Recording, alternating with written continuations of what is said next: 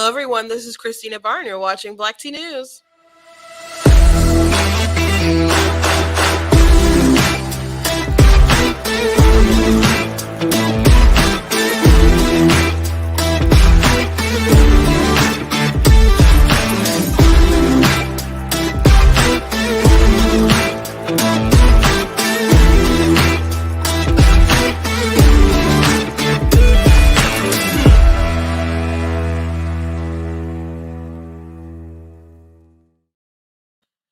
Hello. Welcome to Black Tea News. I'm your host, Christina Barr, and I want to thank Brighter Michigan PAC. I'm in their studio. If I say something today that triggers you, they don't care. I don't care. It doesn't work like that. I'm just using the space, and as always, I'm incredibly grateful that they lend the space to uplifting conservative voices. Please go to blacktnews.com to check out different content that we have on the website, different articles, and so on.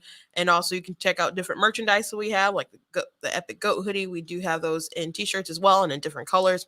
The Be Better Not Bitter shirt, I'm not the victim you're looking for, Constitution is a Glorious Liberty document, and all sorts of cool things that you guys can check out on the website. And also, if you like what I do here, please consider supporting Black Tea News at blacktnews.com/support, or you guys can also just go to Black Tea News. We can go to paypal.me/Black Tea News if you would like to just whip out your phone and go ahead and donate immediately. I appreciate everything that you guys do. Make sure that you're following me on Facebook, Instagram, TikTok, YouTube. All my handles are at Black Tea News, with the exception of Twitter. That one is at True Black Tea. I did get a getter, so if you're on that app, that link is in the info of this video, so you can check that out. I did post all the links. Good afternoon, everyone watching and people coming into the comments. I appreciate you guys. Please make sure that you are sharing. And even though you may have a preference in where you watch it, whether it's Facebook or YouTube, make sure that you guys are following, subscribing on every platform where you have a platform. Does help the channel out. So today we're going to be talking about this terrible article by the LA Times, this Pulitzer Prize winning writer, saying that it's necessary to dance on the graves of COVID victims who die, who were anti-vaxxers or anti-mandates. Even if you took it yourself, the fact that you would speak out against vaccines, that's enough to get scorned and to be mocked when you die. And literally the article in the URL, it says, "Why shouldn't we dance on the graves?" So it's pretty gruesome, and people have been talking about it. I heard them talking about it on Fox earlier today. I saw people talking about it last night. I did a TikTok, I shot it last night. I put it up this morning, so people have been talking about it. But it's egregiously terrible, absolutely awful, that we have people so confident and bashing people who die, and I don't understand for what reason. Other than the fact that this has really gone beyond being a pandemic, but this is turned into being an inquisition of people who won't comply. So people who don't comply have to be punished. Even people who believe that, hey, you should go ahead and get it or I got it, that's not good enough. The fact that you would be against the government force of making this happen, making people get it is something that you should be mocked and scorned for if you die, even though your families are mourning you. There's always the option to not say anything. There's always if you have something nice to say about someone when they pass, unless they're like a really evil person. Like, I can understand people going out and being excited because Hitler died or something like that. Okay, I can understand that. But if there's some kind of political rival that died, you can just not say anything. You can just not say anything. There was a big Democrat that died not too long ago. I didn't have much to say, so I just didn't say anything. And I didn't know what people would say if I posted something, so I just left it blank. You guys can hear about it in the news, but I didn't leave that opportunity for people to say bad things. You can just say nothing. That is an option. So we're going to be talking about this columnist who did also spread COVID hesitancy when Trump was president. So this is not coming from a sincere place. This is coming from a very political place, but the pandemic is extraordinarily political right now, and it has been really from the beginning. But this is just top tier evil. So we're going to be talking about that. We're also going to be talking about Rand Paul and Fauci. They're going back at it. Traded blows up on Capitol Hill. once again.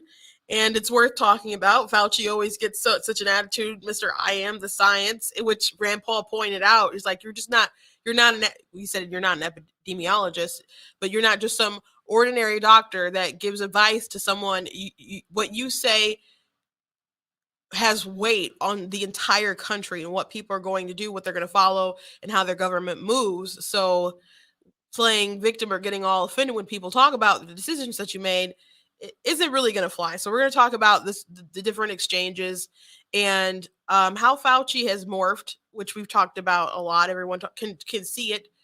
I think everyone can see it, but people excuse it because this is so bound up in ideology. Yesterday we talked about how mass psychosis formation, and how the AP tried to debunk this phenomenon that Dr. Robert Malone said that we're going through. And it really stunk of the elite telling you, hey, we're not doing this thing that we're totally doing. Just believe us. And like, just really, really, really sketchy. And even the people they had quoted within their article were people who believed in using social behaviors to get people to comply to COVID. And they're like, well, we can look at behaviors of group if we like introduce this as you have to do it for the group versus we have to do it for you, and different fear tactics, which doctors in the UK, there was an article that came out and like, maybe we shouldn't use such fear tactics. Maybe it's a little unethical. So you can't say that there isn't some kind of psychosis going on, and definitely it's in mass, and definitely it's been formulated for a particular narrative and outcome. So they're like, well, it's not in our dictionary. It's obvious what's going on, but they tried to deny it. And there was even more stuff that came out the other day about another. We focused on one doctor, and I think I point out to one tweet, but there was even more stuff that came out, which they're upset that people have pointed out that they've made statements in the past that contradict what happened in the fact check. And they're trying to defend the fact check instead of defending their overall positions. And they're like, you're picking on us. No, you're trying to gaslight us, and we're not stupid.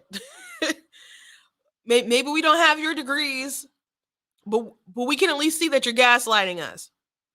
We can at least see that. Our eyes are open up enough for that. If you can't take it, then you should just, keep to what you do, keep to your expertise, and don't make things political. But it's obvious that these people have made a lot of this political. So we'll be talking about that as well. And also in Michigan, probably, I don't know if it's still going on. Early this morning, the Michigan School Board had a meeting to discuss different resolutions. There's a resolution to support mask mandates for teachers, riding on the bus, anywhere sort of public having to do with school, have fitted masks. There was another one to support OSHA requirements, and there was another one to support like critical race theory 1619 type of projects, because there were, I guess, Republican legislators who were trying to pass legislation to make sure that we don't have this sort of divisive teaching in our schools. And so they keep making stuff to retaliate against these laws. They're trying to retaliate against this racist sort of teaching. So they had their meetings. I think they passed some resolutions, and then people were like I was watching some of it earlier because the public comments didn't start till 1:00, and I did sign up for public to publicly speak, but they didn't end up emailing me to speak at all. And so when I was watching as they started to vote on different resolutions, the people on the school board is like, I'm getting all kinds of text messages from people saying that, hey, they're not allowing us to speak, or there's nothing, they didn't get anything to get in. And then someone's like, well, the comments start at 1, and they're like, but we're already voting on things that they want to publicly comment about. And so, and they're like, how come they haven't received anything? And they said at midnight, hundreds of people started signing up to speak. And you were supposed to give like your name, where you lived at, and and your phone number. And so, granted, the first time I emailed, I didn't have that information, but I had emailed again since before they mentioned that on the Zoom call. And technically, as long as you contact them prior to 1 o'clock, you should be able to speak. But there were so many different people that it became evident that they wouldn't have an opportunity to let everyone voice their concerns about these particular things. And watching it, you can definitely tell that the Republicans are outnumbered on that school board. And it was crazy because they continuously kept having conversations about how there's this massive teacher shortage. Yet at the same time, which the Republicans kept pointing out, like, there's this teacher shortage, but you want to support these OSHA mandates. There's these teacher shortages, but you want to support this sort of curriculum that people have taken a principled stance against. And they said they didn't sign up to teach these things. And they're like, well, this is this bill, this is that bill, this is that. And they're like, well, it all kind of intersects with this thought process. If we're concerned about the amount of teachers who aren't teaching because there is a shortage and there's a labor shortage everywhere, but you're going to implement policies that are going to lead to teachers being fired, and you're going to lead to policies that are going to lead to teachers quitting or teachers just going into early retirement. So it's really puzzling, really puzzling why they do what they do. But the answer is obviously ideology. And man, I had a scorcher. I had a barn burner for my comments. I wrote them out. I made sure it was under 3 minutes because usually you get 5, but there are so many people. Sometimes they cut it down to 3. I'm like, okay. I got this under 3 minutes. I'm gonna go. And I was gonna roast them. I promise you. But I did not get an email invite to the Zoom call to participate. But it is on YouTube, the live stream. So I did listen to some of the public comment as they came in as I was prepping, and of concerned parents, saying the masks and stuff don't work. We want to make sure, people are learning and the kids are learning, but they don't have to be subjected to things for no reason. The kids are safe. And I didn't listen long enough for people to start chiming in about the critical race theory stuff, but I have talked to parents and given like speeches for parents on the topic of critical race theory, and they are concerned for their kids. I know Democrats have looked me in my eye and said that these people are foaming at the mouth with like dark souls or soulless or whatever, and they're just racist, that they've looked into the depths of their hearts and that's what they've seen and that's what they've concluded. But that's just not true. These parents are very concerned for their kids, and they want to make sure that they have a bright future ahead of them, and no one is teaching their children that they are a perpetual victim. They want to make sure that they're not being taught that because if you're being told the whole system is working against you, how are you not being set up for failure? You can tell your child to try in spite of it, but if they do fail, don't they always have this mental scapegoat of, well, the system made me fail because the system is set up that way? And that's what we're seeing with a lot of people today. There's no real accountability in this sort of ideology. Even when they talk about racism, they always talk about institutions. They don't talk about individual racism as an issue of the heart, as a personal issue of the heart, because they want to tear down the institutions. We've had this conversation a lot on the show, but I've jumped way ahead of myself. So let me back up again. You guys know I like to start off the show with something funny.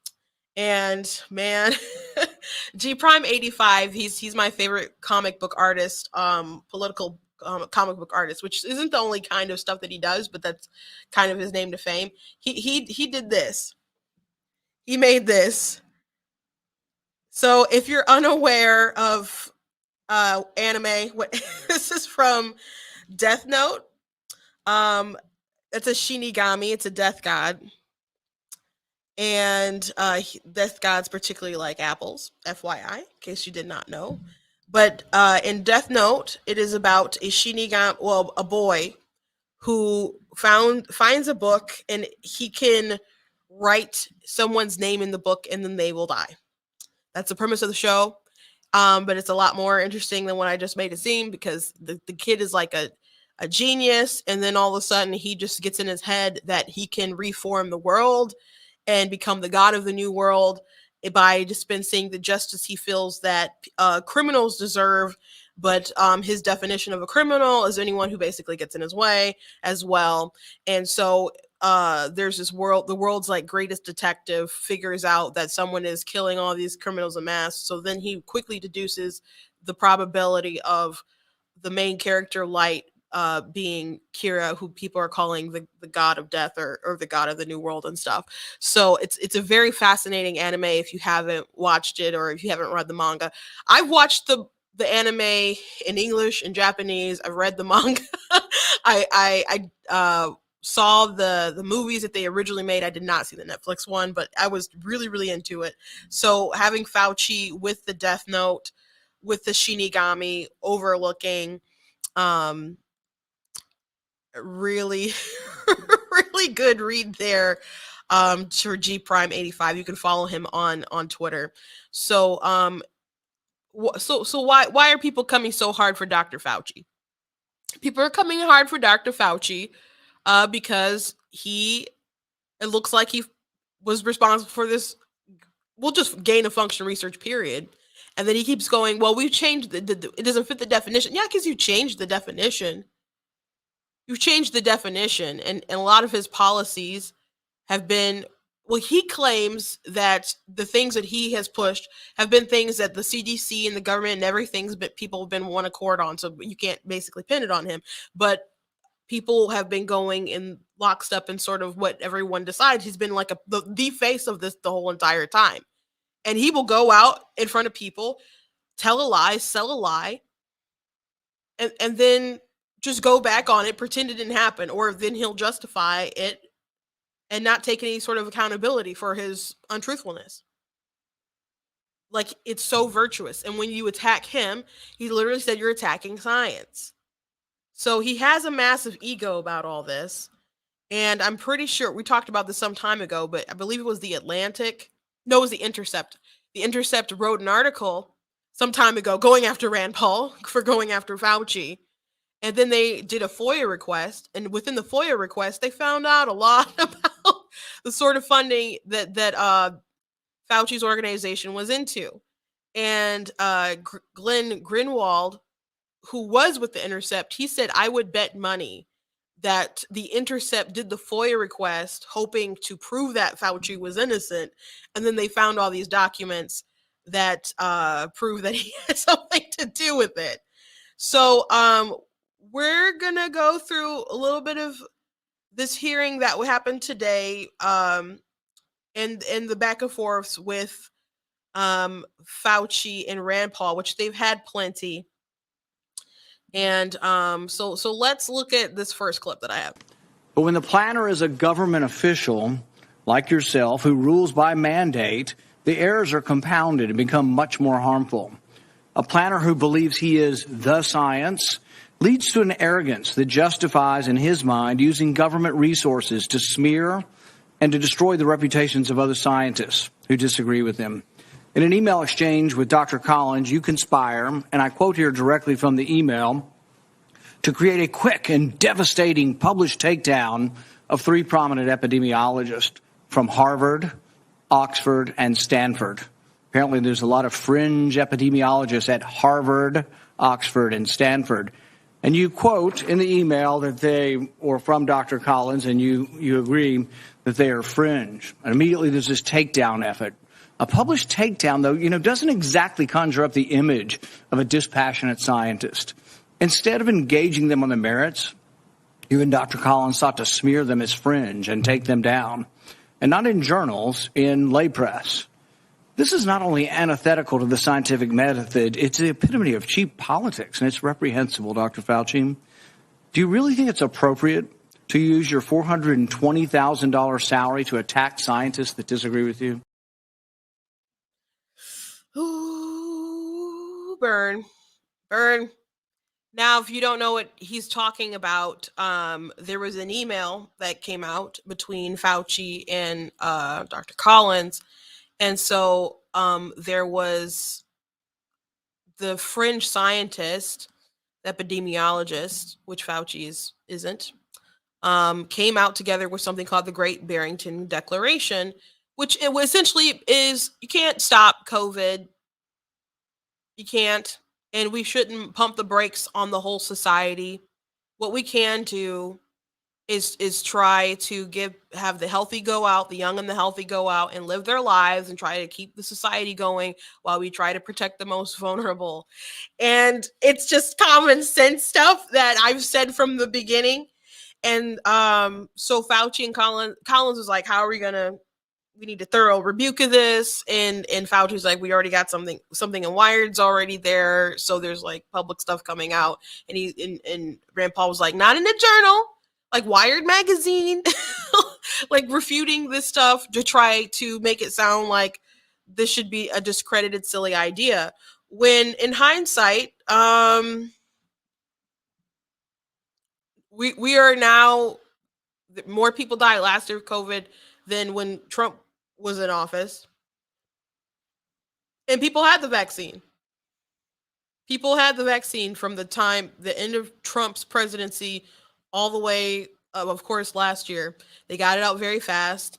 They got it out to vulnerable populations as quickly as possible. As a matter of fact, when Ron DeSantis did that in Florida, they're like, he's just helping his donors, the elderly. It's like, if that's his voting base, it's like, maybe these people need help because they're elderly and they really need the vaccine. Okay. So maybe that's why they're taking priority, making sure that they're taken care of. But people had all kinds of conspiracy theories. They really hate that man. Really, really hate that man. So, but we've always known that those are the most vulnerable. But for a while, we didn't know how fast the vaccine was going to come or not come, or how it was going to work or whatnot. So I was always of the mind that I thought lockdowns were immoral. You're telling people who's essential, not essential.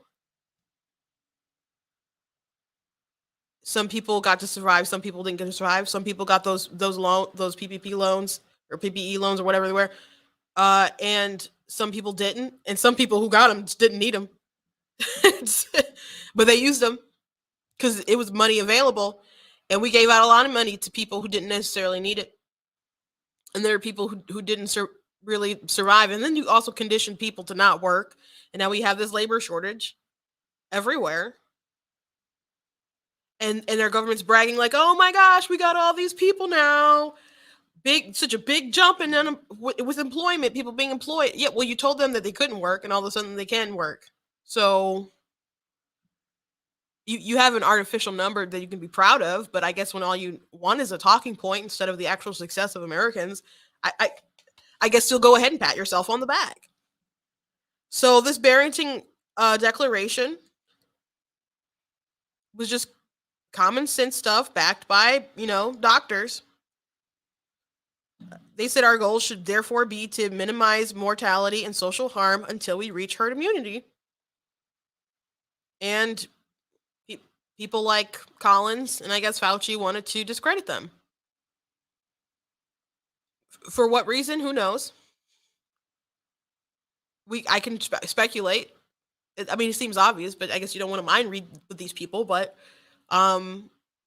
he seems to really like the fame, the glory, power. Because you don't just get up on TV and just talk about you're the science. Unless you have some kind of ego. And he's obviously political, very political. So Rand Paul, when he started like attacking him, Fauci came with receipts of his own. Why would Senator want to do this? So go to Rand Paul website and you see fire Dr. Fauci with a little box that says contribute here. You can do $5, $10, $20, $100. So you are making a catastrophic epidemic for your political gain. So you have politically attacked your colleagues and in a politically reprehensible way attacked their reputations. So he came with his receipts because this is a political game. This is a dance, and he gets offended when people come at him, and so he's coming and be petty. And you can be like, "Yeah, Fauci, go get him," but he's just supposed to be a doctor in the best interest of the country. But Fauci, they should have got rid of Fauci when it was clear that he was the face everyone trusted or the household name. But once he became associated with inconsistencies and he blatantly came out and lied about some things. Which he has admitted that he lied. He's admitted that. Like when they said, don't wear masks, which I actually believe that was the truth. And then they came back and said, no, wear a mask. And then he's like, well, the only reason why I told people to not wear masks is because we didn't want people to take them from the healthcare workers. Okay, if that's true, you just prioritized, and the healthcare workers do an important job, but you prioritize their lives over the lives of everyone else, when you just could have said, hey, please do not buy up all these surgical masks or N95s. Please make your own cloth mask. That's what you could have done instead of lying to people. So, in my opinion, he should have been fired a long time ago, in my opinion. But very, very, very political to whip out his donate page. Here's another exchange with them. I've always been pro-vaccine. I'm just simply against authoritarianism and against mandates. Right. The anger that's developed with you, Dr. Fauci, is that you don't want to give us advice. You want to tell us what to do. You think you are the science, and that anybody responds to you, how dare you? How dare you criticize science? As if you somehow are science. That kind of arrogance, that hubris is really, that's where the anger's coming towards you. If you were one doctor among hundreds of doctors in the government who gave advice, I don't think people might object to your advice, but there wouldn't be such a degree of anger. But you are so certain that you're right that you're not willing to hear anyone else. 3 epidemiologists, of which you are not even an epidemiologist, but 3 epidemiologists prominent in their field, Oxford, Stanford, and Harvard. You maligned them. You spoke openly with Dr. Collins, and you did not disagree that let's paint them as fringe. You went after them and said, we will do a public takedown, not in Science or Nature or Lancet, in Wired, in The Nation, a left-wing publication. You've engaged in base politics. You wonder why there's so much anger? You're not an objective scientist. You've lost that long ago. And so many of the things that people want, it's like they want to know why you're forcing their children to be vaccinated when 95% of people at risk have been vaccinated. Over 95% of people over 65. It's a huge voluntary success. And yet you won't rest until you force every child to get this. So, yes, there's a great Senator deal Paul, of dissatisfaction with you, and many people want you to go, but nobody wishes you violence. Senator Paul, your time has expired. I will use one time of my remaining 5 minutes to allow Senator Fauci to respond. Thank you very much. Dr. Fauci, sorry. Yeah. Thank you, Dr. Murray. No. So, first of all, Senator, again, at a hearing such as this, where there are almost 900,000 people in this country have died from this outbreak, you have chosen to just personal attacks on me that go back to multiple hearings. And again, just for the record, for people to check, I have never said take people down in that email. It was an email that was sent to me. See, and again, you agreed with Dr. Collins in the email. Senator Paul, this is my time. You know,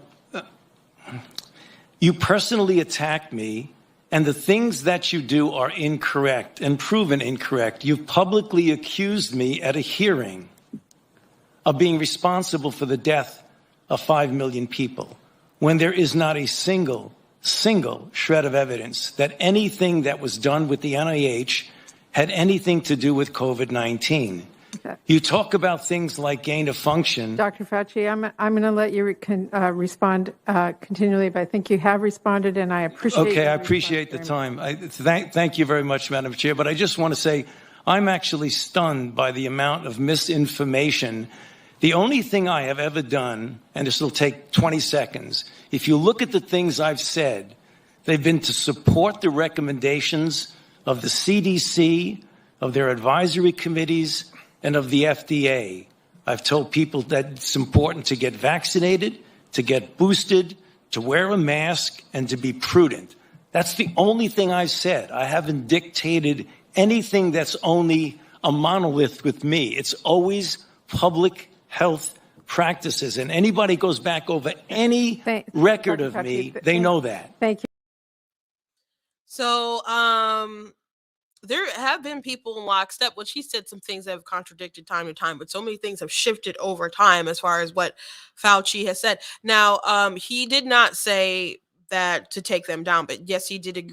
This was an exchange between Fauci and Collins about taking down um, the scientists who are not French scientists, in regard to the Great Barrington Declaration, these people who are like, we need to try to maintain our society until we reach herd immunity and protect those who are the most vulnerable, which of course was always the most common sense method. And that would not have profited so many people who profited throughout the pandemic, which includes the current president of the United States, because when the day that Trump said 15 days, what was to slow the spread, and that's what people kept saying, that was basically the beginning of the end of his presidency, because they were able to implement a lot of things that ended up leading to the end of that. And then there was other sort of things that have happened since then that have really led to government overreach to an astronomical amount. Of course, right now, not right now, but the Supreme Court is deliberating over the OSHA mandates that don't even make any sense. So the CDC can recommend things, but Fauci's supposed to be a doctor. Why can't we acknowledge that some of these things don't make sense? He's a government employee, though. I guess so. They have to go lockstep. But if they advise a particular way, maybe they'd have to go ahead and do some different things. But he's been lockstep with all this stuff. He could have been ethical at any point in time during this. I want to play Fauci on mask some time ago. If you can recall, Biden was really obsessed with 100 days of masking. They were really like, we got a mask. And then it was kind of taking too long. And I think public support was like really against him. And then all of a sudden there was a big shift in policy. So at one point in time, people were like, really wear the mask. And all of a sudden it was like, take off your mask. And Fauci was also a participant of, you guys can take off your mask now. Well, George, I'm obviously careful because, I'm a physician and a healthcare provider. I am now much more comfortable in people seeing me indoors without a mask. Before the CDC made the recommendation change, I didn't want to look like I was giving mixed signals. But being a fully vaccinated person. So didn't want to look like he was giving mixed signals, okay? That's a political move, not a scientific move. The chances of my getting infected in an indoor setting is extremely low. And that's the reason why in indoor settings now, I feel comfortable about not wearing a mask because I'm fully vaccinated. So rather than being pessimistic towards people gaining immunity after they've had COVID or had a vaccine, studies argue for significant optimism. In fact, there have been no scientific studies arguing or proving that infection with COVID does not create immunity. There have been no studies showing significant numbers of reinfections. Of the 30 million Americans who have had COVID, only a handful of reinfections have been discovered. In fact, the New York Times reported last fall more than 38 million people at the time worldwide had been infected with the coronavirus, and as of that date, fewer than 5 of these cases had been confirmed by scientists to be reinfections. Scientists interviewed. I just want to interject. There was a point of time when there was a FOIA request to the CDC to see how people who were infected with COVID, how they were spreading COVID afterwards. And the CDC was like, well, we can't give it to you because we don't have those numbers. So people are very curious. It's like, why not? Like, you have all sorts of numbers on things, but why wouldn't you have the numbers on that? And I think the reason was that they didn't want that information out there, because if it was that people who have been naturally infected aren't really spreading the virus, because we know people who get the vaccine can still spread the virus. And we assume people who have it for the first time are spreading the virus as well. But if it comes out that it's a really low rate of people who've had natural infection and they're not really spreading compared to other people, then that really lends credibility to herd immunity and natural infection and immunity afterwards. But they didn't want, it seems like they didn't want those answers because they don't want to be accountable for what their beliefs were and what they pushed. For the article concluded, in most cases, a second bout with the virus produced milder symptoms or none at all. Given that no scientific studies have shown significant numbers of reinfections of patients previously infected or previously vaccinated, what specific studies do you cite to argue that the public should be wearing masks well into 2022? I'm not sure I understand the connection of what you're saying about masks and reinfection. We're talking about people who have never been infected before. You're telling everybody to wear a mask, whether they've had an infection or a vaccine. What I'm saying is they have immunity, and everybody agrees they have immunity. What studies do you have that people that have had the vaccine or have had the infection are spreading the infection? If we're not spreading the infection, isn't it just theater? No, it's not. not. The vaccine and you're wearing 2 masks. Isn't that theater? No, that's not. Here we go again with the theater. I am now much more comfortable in people seeing me indoors without a mask. I mean, before the CDC made the recommendation change, I didn't want to look like I was giving mixed signals. You've been vaccinated and you parade around in 2 masks for show. No. You can't get it again. There's virtually 0% chance you're going to get it, and yet you're telling people that have had the vaccine, who have immunity. You're defying everything we know about immunity by telling people to wear masks who've been vaccinated. No. Instead, you should be saying there is no science to say we're going to have a problem from the large number of people being vaccinated. You want to get rid of vaccine hesitancy? Tell them they can quit wearing their mask after they get the vaccine. Okay. You want people to get the vaccine? Give them a reward instead of telling them that the nanny state's going to be there for 3 more years and you got to wear a mask forever. People don't want to hear it. There's no science behind it. Well, let me just state for the record that masks are not theater. Masks are protective. And we have immunity there, theater. If you already have immunity, you're wearing a mask to give comfort to others. You're not wearing a mask because of any science. I totally disagree with you. Well, obviously it was theater, because when the time came, he was like, "Yep, I was just wearing," because I didn't want people to see me without it and it be some kind of inconsistency. And I understand the politics of it. I understand it, and perhaps in his mind he made a righteous decision. But how are you gonna get mad at Rand Paul for saying this is theater? Maybe his righteous indignation was theater too, but obviously that's what it was. He was concerned about the public perception. It's not the scientific one.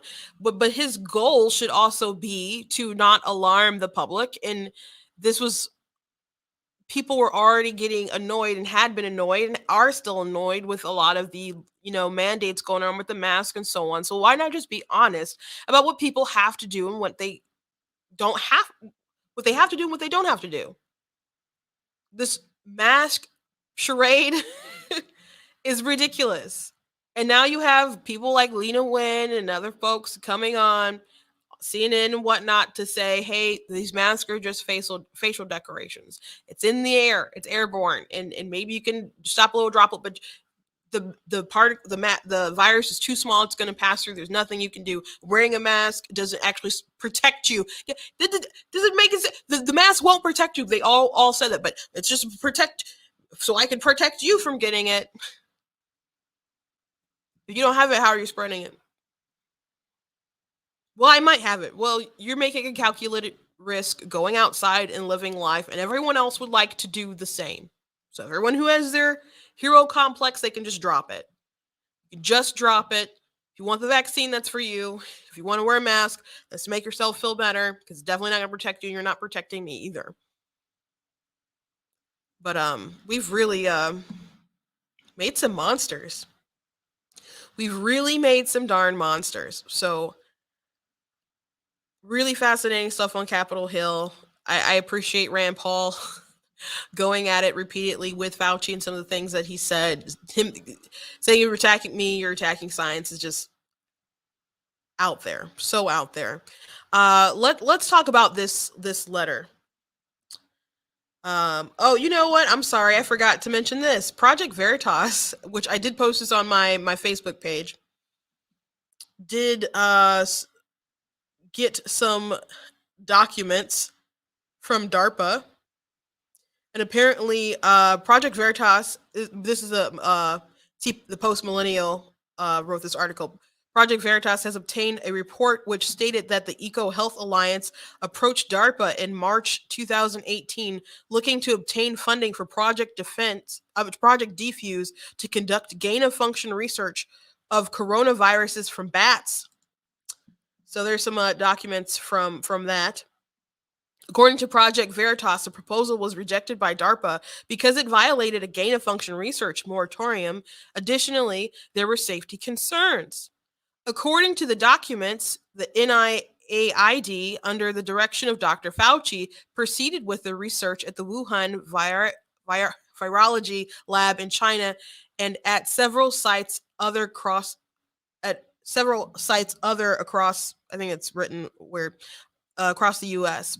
Fauci has repeated under oath during multiple congressional hearings that the NIH and NIAID have not been involved in gain-of-function research with the Eco Health Alliance program. According to Project Veritas, the report goes on to detail concern regarding the COVID-19 gain-of-function program, the concealment of documents, the suppression of potential curatives like ivermectin, hydroxychloroquine, and the mRNA vaccines. DARPA's chief of communications, Jared Adams, told Project Veritas when asked about the secrecy surrounding the documents, "It doesn't sound normal to me. If something resides in a classified setting, then it should be appropriately marked. I'm not at all familiar with unmarked documents that reside in a classified space."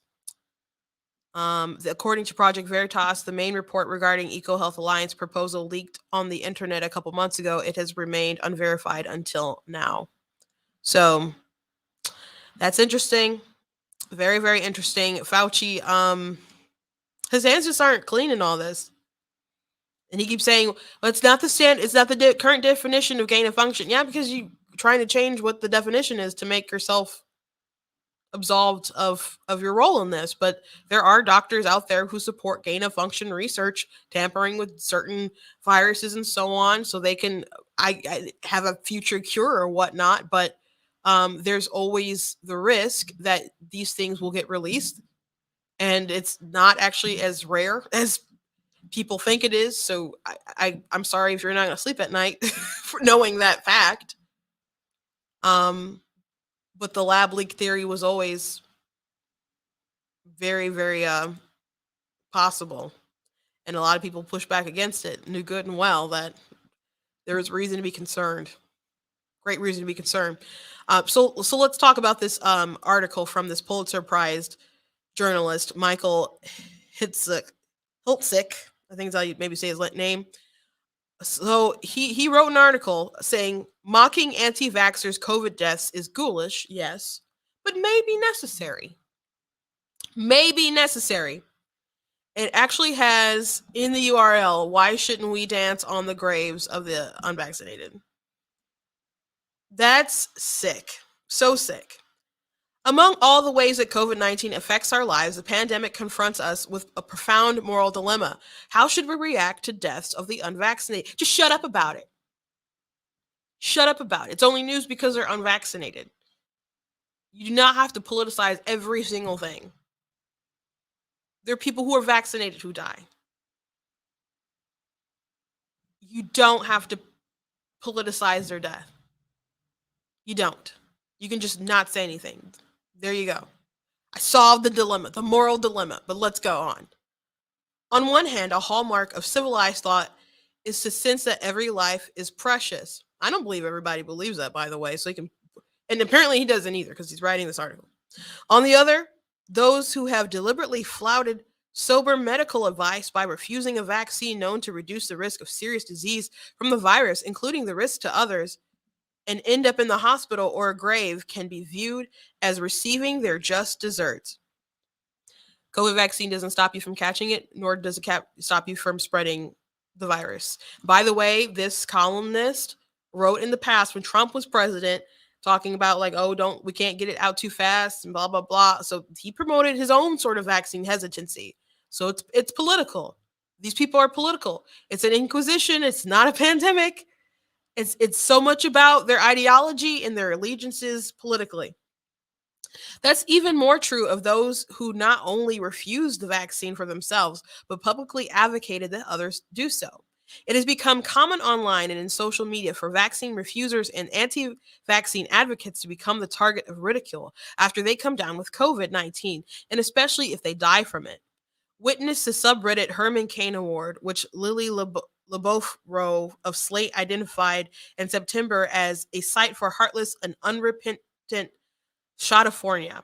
The site is named for the former Republican candidate and president who became one of the first political notables to succumb to the disease after publicly defying social distancing measures, which, by the way, the people who sat in the section of the rally, because Herman Cain died not too long after attending a Trump rally and became a huge story, and people who were there, Stacey on the right, she's a black commentator, conservative black commentator, she was there in that section, and she said everyone who was in that section was tested. Okay, so I don't know if he got it afterwards or if it didn't just pop up on the test or whatever. But he's an older gentleman. He's had issues in the past. He assumed the risks. He took the risk, and he lived his life. And then he passed away. Circle of life. Death is inevitable for people. Maybe he put himself in unnecessary risk, but FYI, those people who were in the VIP section, according to people who were there, said that they had to be tested before they got in that VIP section. So saying, haha, he died because he went to a Trump rally, know that they did take precautions as far as testing those people to know whether they had it or didn't have it. Like another site, anti-vaxxer.com, the subreddit hosts snippets and photographs of anti-vaccine advocates, often taken at their deathbeds. Ugh. Which I had a conversation with someone not too long ago about nurses and how they would go on social media and talk about how dumb their patients were and how desperately they needed to take the vaccine. And you can have those kind of conversations with your colleagues, you go at home and talk to your family, your friends, get on the phone and talk about it. But it was really, really gross to see how many medical professionals were, or maybe some of them weren't, but the people who were medical professionals getting online and just mocking their patients as they were dying or did die. The issue of how to think about deaths of the unvaccinated has been thrown into high relief locally by the case of Kelly Earnby, a prominent Orange County Republican and deputy district attorney who advocated against vaccine mandates and died of COVID around New Year's Day, unvaccinated. Earnby's death came to symbolize the rift in social fabric caused by the ravages of COVID. Some online commentators greeted her demise with glee, provoking her political friends to push back against the Ben Chapman, a Costa Mesa GOP official, called bigotry and hate directed against her. My colleague Nicholas Goldberg recently lamented eloquently the rift in the social fabric that this species of callous commentary represents. Mocking anti-vaxxers when they get sick has become a bit of a sport, he wrote. I have a slightly different take. To begin with, let's stipulate that not all people unvaccinated against COVID are alike. Some have remained unvaccinated for legitimate medical reasons. They may be children for whom the COVID vaccines haven't yet been officially ruled safe, or people with genuine medical reasons for avoiding the vaccine. Some may have legitimately faced obstacles in getting to a vaccination site, receiving the full series of shots before becoming exposed to the disease. Others may have refused the vaccine because they've been deceived by misinformation and disinformation spread by the anti-vaccine crowd, such as anchors on Fox News. The deaths of all those victims are truly lamentable. Finally, there are those who have voiced public opposition to the vaccines, not all of whom are unvaccinated themselves. Some have couched their opposition in policy terms. Earnby fell into that category. She asserted opposition not to the vaccines as such, but to the vaccination mandates. So this woman didn't come out, and he doesn't even have like examples of this woman saying like, I don't know, the vaccines are gonna kill everybody or something like that, to some really hysterical sort of vaccine stuff. Just what she opposed mandates. She opposed mandates, so she deserves to have this article written about her, how you should mock and scorn and dance on the graves of those who died unvaccinated. You can't even point to something super crazy she said, just that she's against mandates. respects people's freedoms, that she was willing to assume the risk herself and not be vaccinated. That's crazy. That is crazy. If we do not all bow down to what they say we have to do, we deserve their scorn and hatred. These people are like, we just want you to be safe. Just vaccinate because we want you to be safe. And also, if you don't, we're going to dance on your graves. It's psychotic. And he quotes her, "I don't think the government should be involved in mandating what vaccines people are taking," she said during a live stream town hall on November 3rd, 2019, during an unsuccessful campaign for the state assembly. If the government is going to mandate vaccines, what else will they mandate? Now, that predated the COVID vaccines. That was just about other vaccines. And why wouldn't you want people to at least obtain some kind of medical freedom for themselves? Isn't informed consent an important thing still out in the world? Why are we going to pretend like the government didn't do the things like the Tuskegee experiment?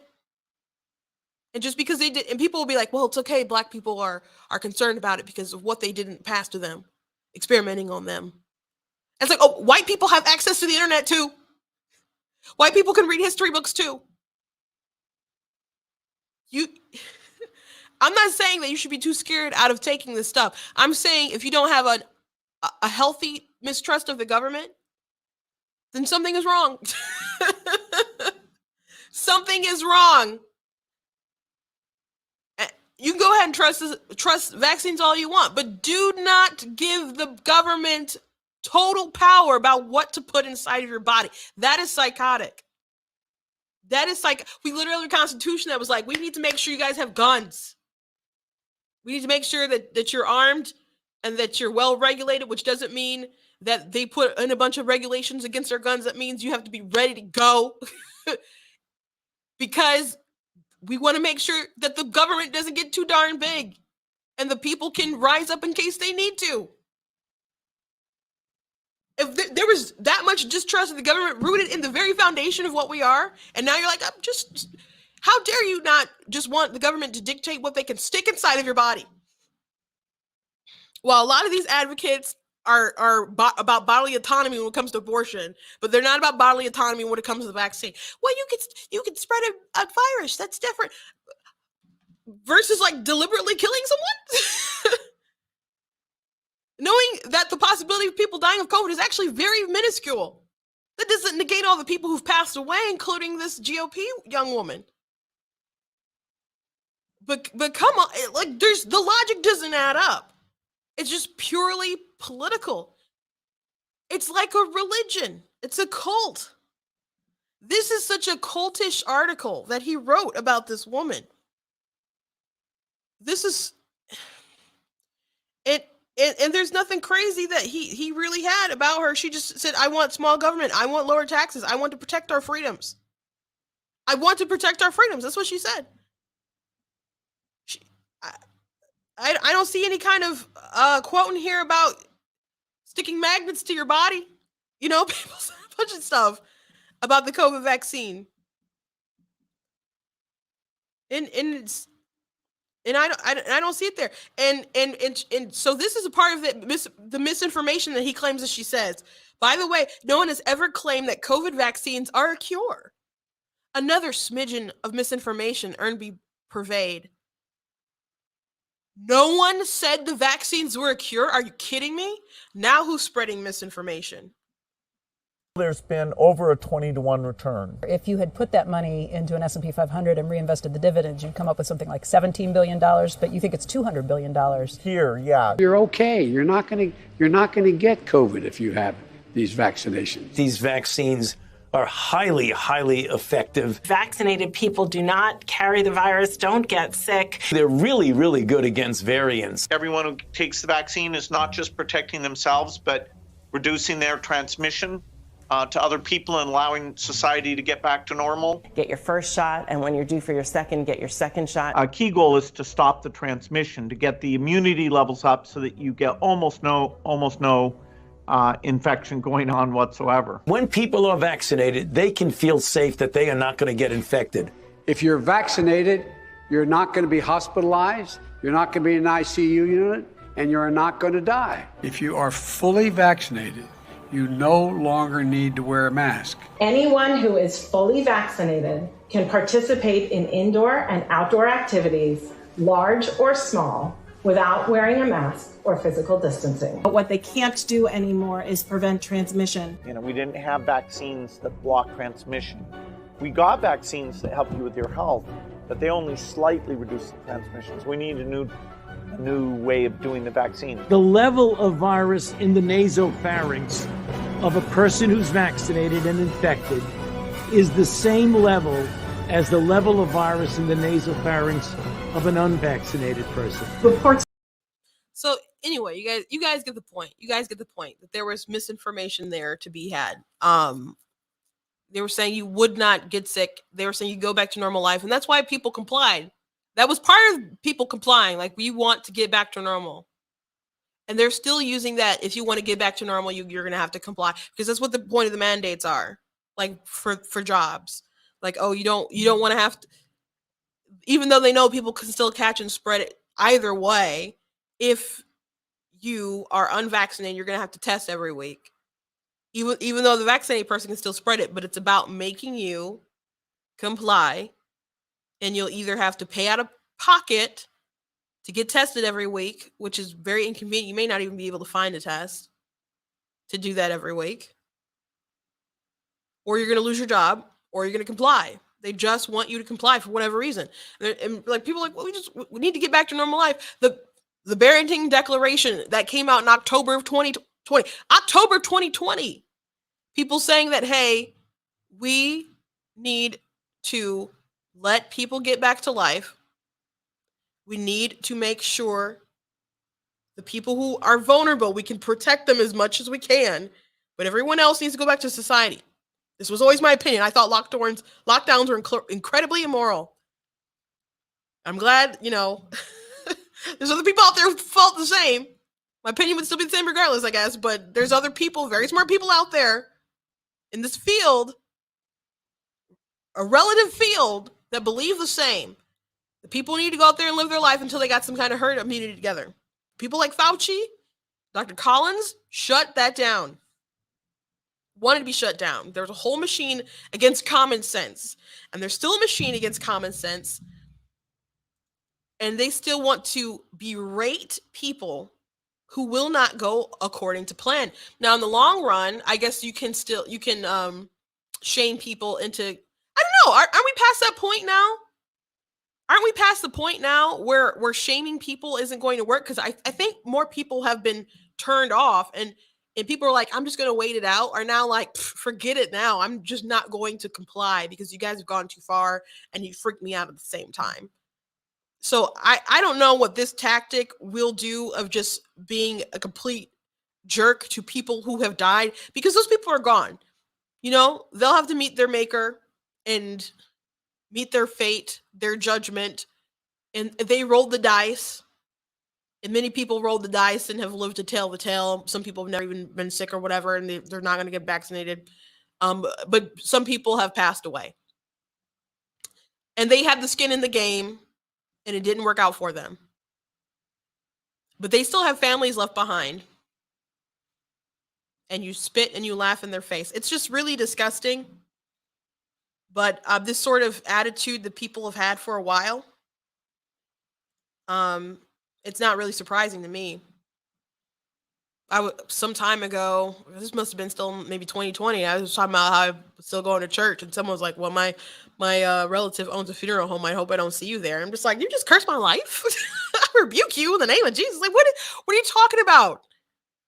Like, what's with this passive aggressive wishing death upon people, or just assuming death upon people? It's so bizarre. It's so bizarre, but it is a cult.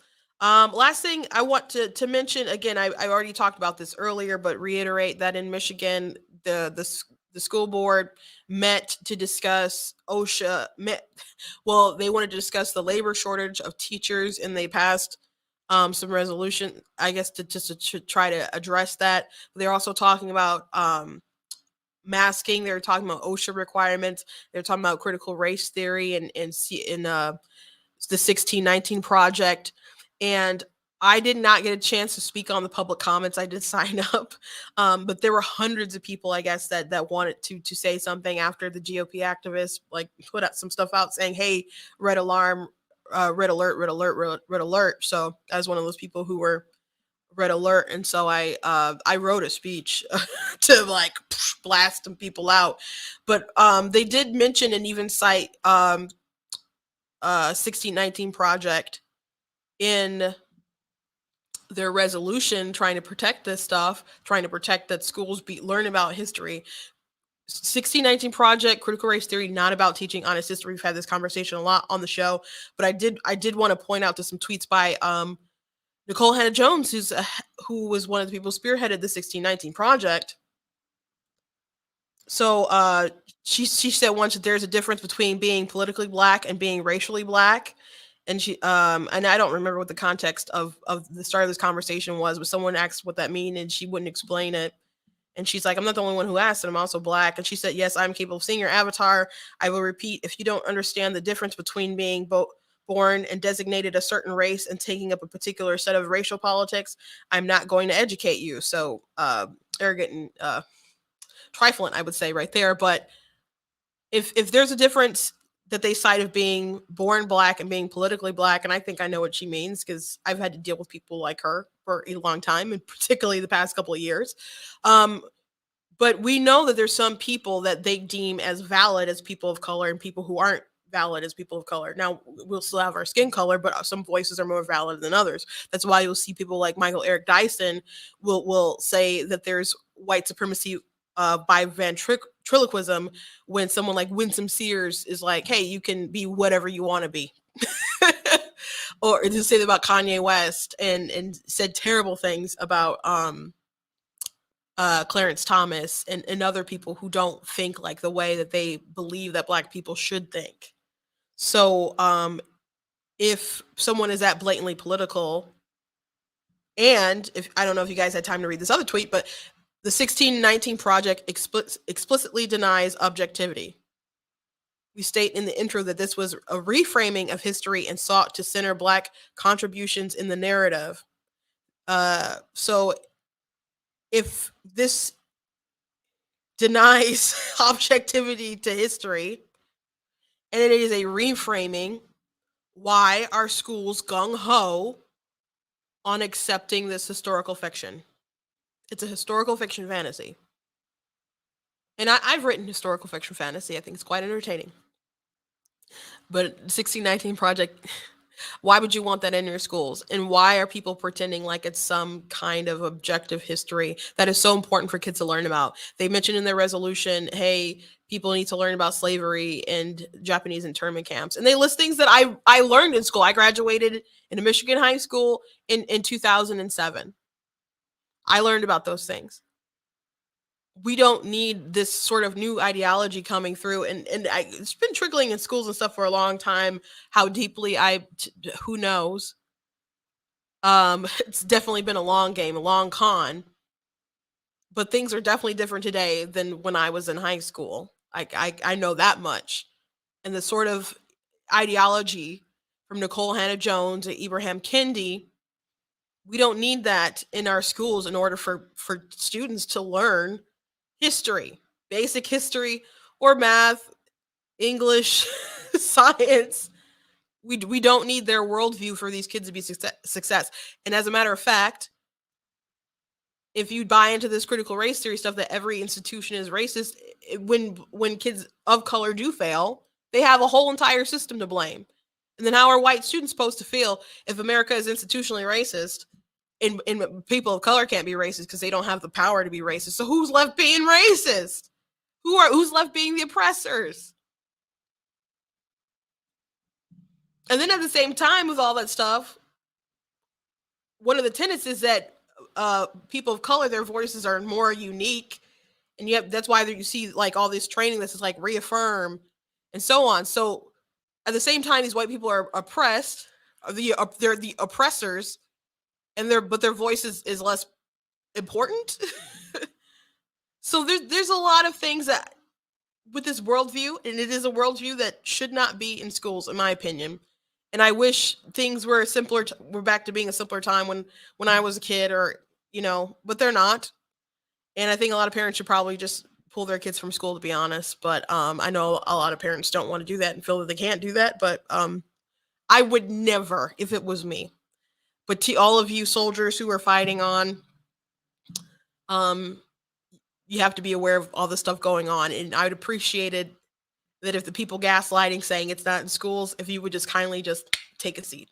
You could just kindly take several seats, because we all know the truth. And it's more evident every single day. That is the show for today. I want to thank you guys for watching Black Tea News. If you like what I do here, please consider going to blacktnews.com/donate and leaving a gift. And you can, it's been scrolling across the bottom of this page here. You go to paypal.me/blacktnews. Anything that you can do to contribute, $20, $50, $100, whatever you would like to do, I greatly appreciate it, so we can keep the show going and also make it bigger, grow faster. We've had incredible growth over the past year. I'm really hoping I can get to like 100,000 people on TikTok by the time like the end of February is, because that will be like my year anniversary on that app. So we'll see what happens. I'm at 87 right now, so we'll see if we'll get that final jump before my 1 year anniversary on that app. But I think it would be pretty awesome. Please make sure that you're following me on TikTok, YouTube, Facebook, Instagram at Black Tea News. I do have a Getter as well, and that one is also at Black Tea News. The only one I have that's different right now is Twitter, and that one is at True Black Tea. All the links are in the description of the video. You guys can check that stuff out. Thank you guys very much, and I will see you next time. God bless. Tomorrow, 4 p.m. Eastern Time.